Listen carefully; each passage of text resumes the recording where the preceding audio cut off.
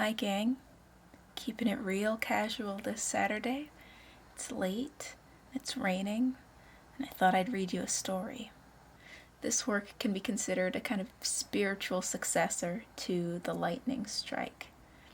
It's called The Year of the Thunderstorm.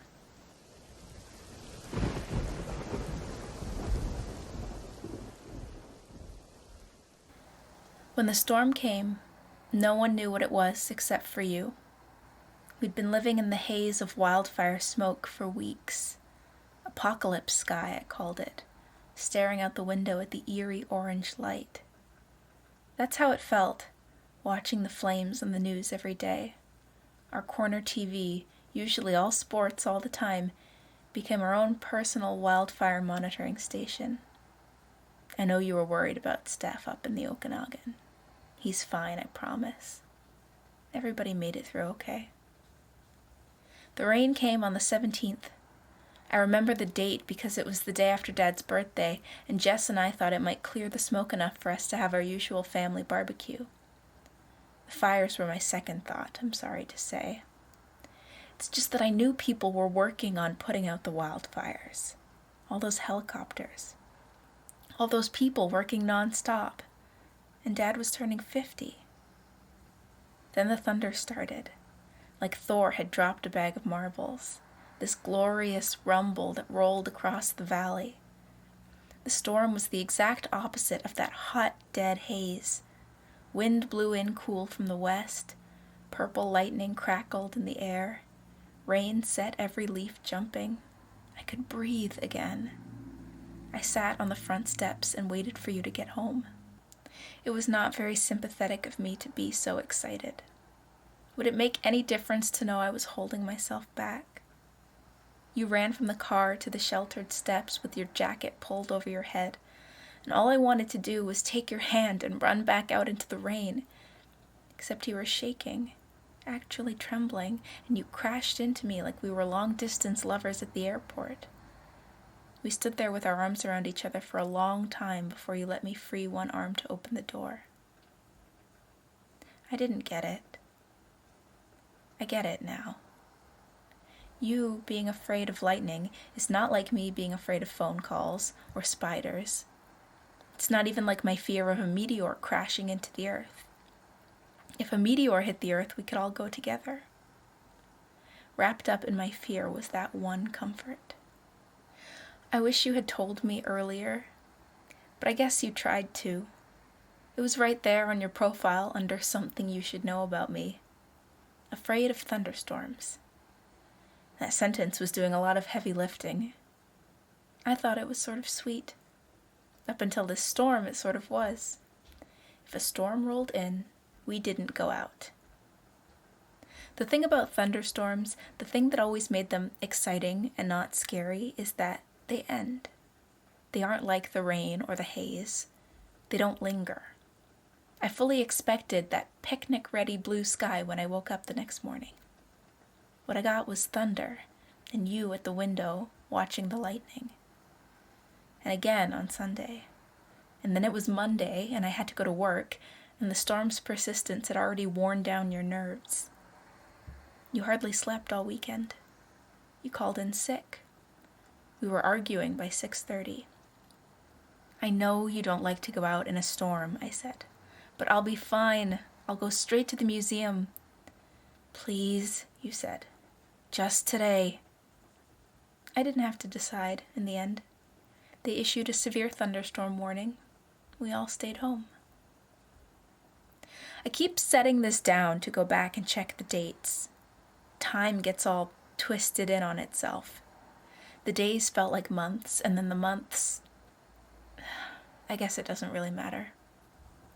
Before the routine went stale and things started to fall apart, you and I laid on the living room carpet and stared up at the ceiling. The curtains were open. Rain beat against the windows. And every so often, a flash. I got caught in a lightning strike, you said. Jesus, you were struck by lightning? I remember fumbling for the right words. I'm sorry. Everything went white, bright, like how you can't look right at clouds in the summer. And it wasn't raining anymore.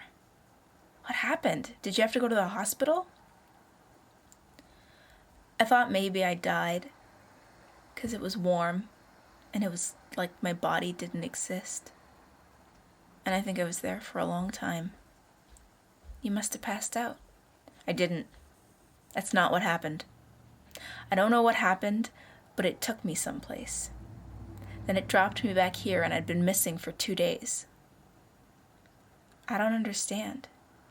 I just don't want you to get stuck like I got stuck. I didn't ask you anything. I didn't ask how old you were or what happened when you got back. I guess I thought if you wanted to tell me, you would just tell me. So I let the silence wedge itself between us, and we never really recovered. The Great Flood, I proclaimed, watching sidewalk rivers flow past clogged storm drains.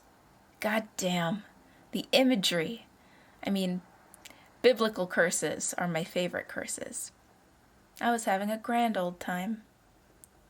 Trees came down on the power lines up north. It took ages to restore service because it was too dangerous to be doing electrical work. The soil on the ridge along Highway 98 started to erode, and it brought boulders down onto a delivery truck. The province was taking a beating. But here, Dad was bringing our groceries, and I was doing my artifact cataloging from home. And the storm would sometimes calm down in the middle of the night, and you would actually sleep. And I would sneak outside to stand in the rain. The last time wasn't the first time. I think you guessed that. I've been going out for ages. We were trapped in this box together. I just wanted some space. No one noticed folks were going missing at first. Well, in the first few weeks there were hikers and whatever unaccounted for, sure. People in accidents, or stuck behind some landslide up in the mountain passes where there's no service. But then there were those folks like 4 months in who just vanished. Enough of them that people started to notice. People started thinking it was the rapture. I started thinking you were one of them. I found the throwaway account you made. I said I was taking a bath and I carried your computer into the bathroom with me. And I'm so mad now, looking back at it. Not at you. I'm mad at myself. I'm mad I didn't figure out how to talk to you about this. But I didn't go out that night to spite you.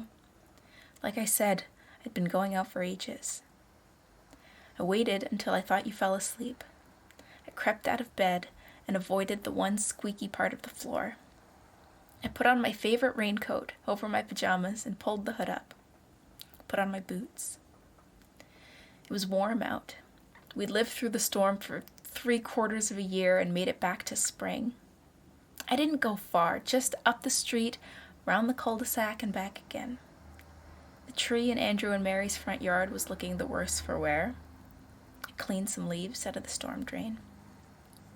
There was a flash, and then a marvelous crash of thunder, like it was right on top of me. I stood rooted to that spot. It was a perfect crescendo. I felt it in my spine. And then there was you, shouting through the rain, your hand grasping my hand, another flash. The last thing I remember is you telling me it was going to be okay. I believed you. But I realize now that you were probably just trying to make me feel better.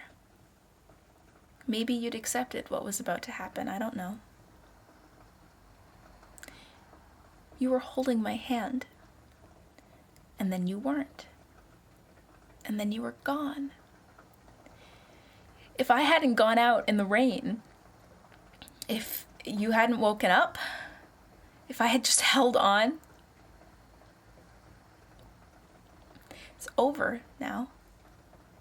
The storm finally packed its things and left. I boxed up your stuff and told everybody you did the same. The car is parked on the street because I put the boxes in the garage. You said you went missing for 2 days back then. It's been a lot longer than that. I've had time to think about what I should have done different. I think what I should have said the very first day was, let's be scared together. I hope you found all those other people. I hope they found you. I think they probably need you to tell them it's going to be okay. Come back, if you can. The wildfires are starting again.